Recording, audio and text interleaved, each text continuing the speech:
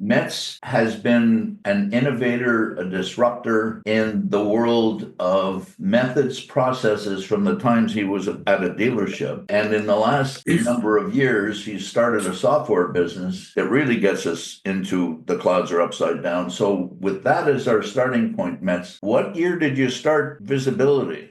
So I started consulting after I left Liebherr in 2017, and it was really during the first few years of just consulting and helping dealers that everything kept coming back to information systems, and it's like a go-to area, a comfort zone. It's easy for me, and so I kept having to help people with data integration or how systems work, or help them find a tool to do something, and that's really where it came from. Eventually, a few dealers approached me and said, "We don't like what we have, and can you build us a whole new system?" And I said, "Yeah, I think that's possible.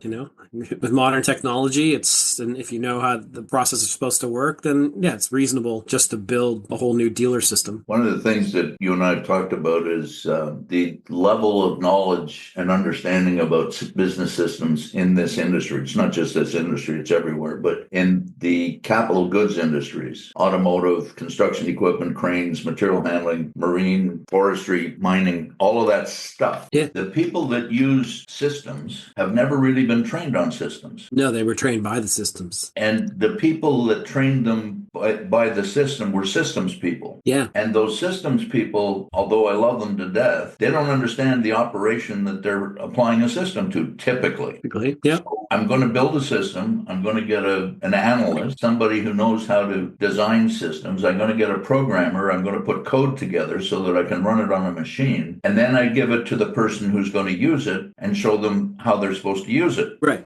And it's a bit of a trap, I think. We never ask the person who's doing the job what they'd like to see. What would make their life easier? How could they do that job easier? Am I fair in making that comment? Yeah, I think so. I think, like a lot of these things start with people who are trying to do something or are currently executing something. And like you've called it out a lot of times with the paper to glass thing, so if you ask someone like, "Oh, how do I make this software?" What you're doing with all this paper and stuff, they're going to tell you what that paper is, right? And I think that's maybe the generational shift in these kind of systems, is that a lot of the old ones are really transactional systems, and they were built to digitize a transaction, and so they kind of stay structured. And